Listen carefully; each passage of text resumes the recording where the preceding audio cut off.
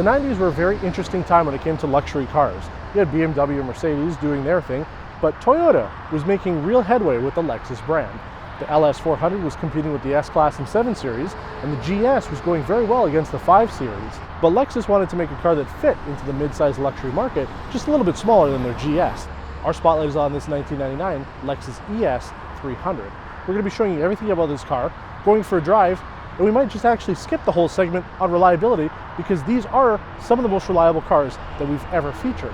When I was looking at them, there's almost nothing when it comes to common problems with them. That's why 20 years on, people are still looking and trying to purchase mint condition versions of the third generation Lexus ES.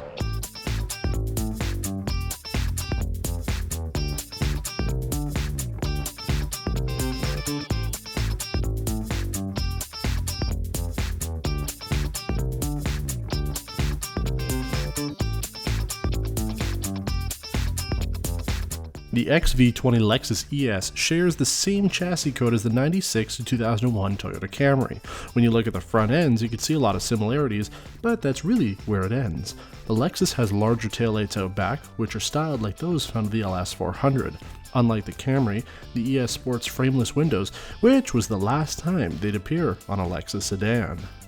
Inside the ES is a unique interior not copied from the Camry, though the steering wheels are definitely the same. Leather was standard from the factory, but a very small percentage of customers special ordered cloth seats. Along the side of the driver's seat are 2 memory options and the power adjustable controls. The window switches on the driver's door have a wood trim around them, with the front windows being automatic. The central locking and window deactivation buttons are located above. The steering wheel has a tilt lever on the side, with headlight controls above. On the side of the dash are the side mirror controls, instrument brightness, trunk release, and fuel door. A small storage tray is located below. The Lexus ES has an electroluminescent gauge cluster, which appears more or less dark when the car is off, and comes to life when the ignition is started. Lexus is still using this type of cluster today. The center console is straightforward with air vents up top, followed by the hazard switch, digital clock, and the standard premium sound system. A Nakamichi audio system was also available as an option. The standard single-zone automatic climate control is found below, with the ability to display exterior temperature or the interior automatic setting. Underneath we find the ashtray, followed by the 4-speed automatic transmission lever. Front cup holders are located directly below the armrest, with a 12-volt outlet under the armrest itself. And we can't forget about the front heated seat controls either. Rear seat room is certainly smaller than that in the Lexus GS, but it was still reasonably spacious to sit back there with comfortable seating.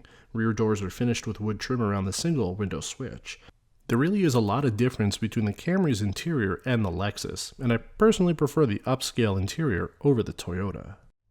Now when we think back to other vehicles that we've driven, or ones that we haven't driven yet, at least on test drive, obviously the 98 GS400 is the first that comes to mind. Both are mid-sized Lexus models, but this one is a little bit smaller, and really based off the Camry platform. You can really tell that the two were very similar in terms of design, but you do get quite a nice interior with the Lexus. I mean, everything, just as we've mentioned on other models, is well laid out. Everything makes sense.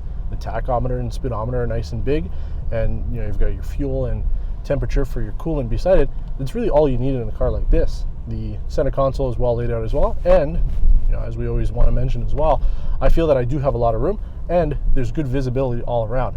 Mirrors are a decent size. The rear mirror seems to be pretty good as well, and since this is an older car, A-pillars are nice and small as well, so there's not as much blind spot as we do find with a lot of the newer cars. And the other thing that I've noticed, really just driving down here right away, is it's very smooth.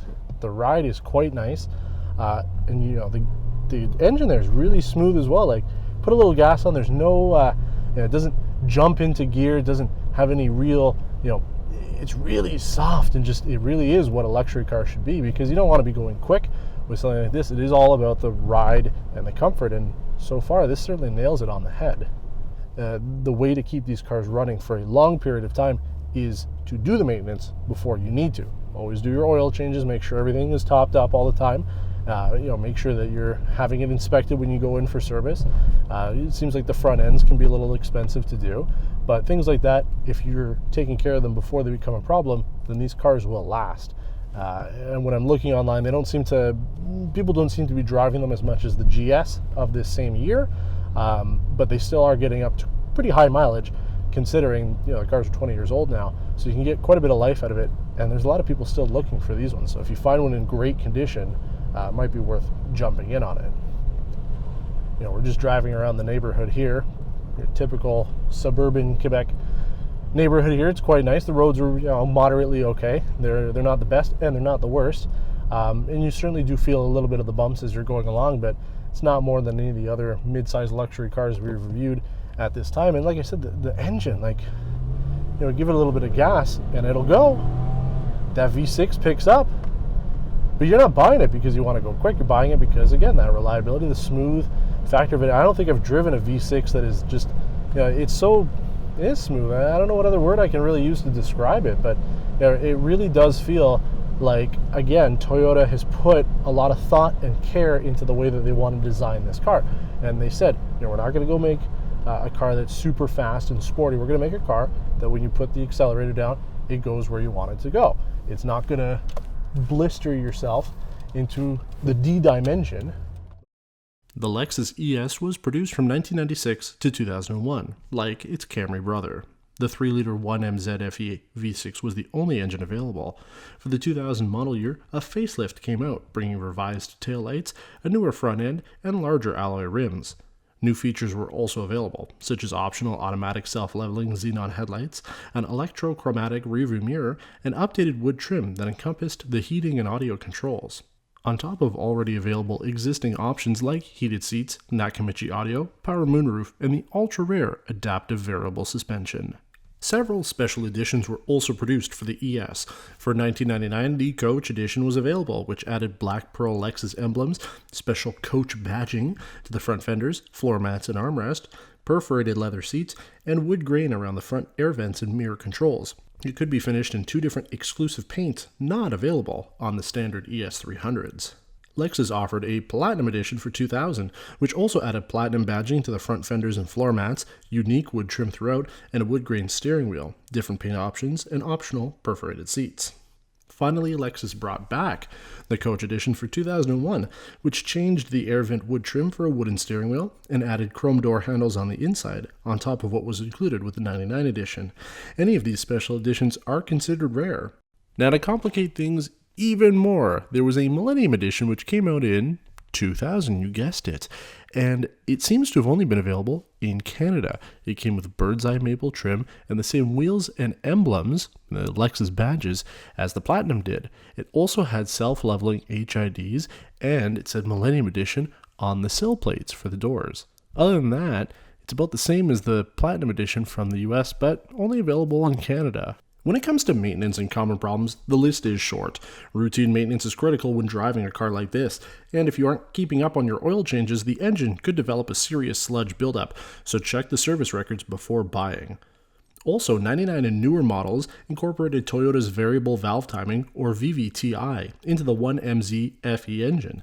Because of this, some enthusiasts have preferred to stick with the non-interference engines in order to avoid any timing issues. It's recommended that the timing belt should be done around 250,000 kilometers for 98s and older, and around 190,000 kilometers for the VVTi models.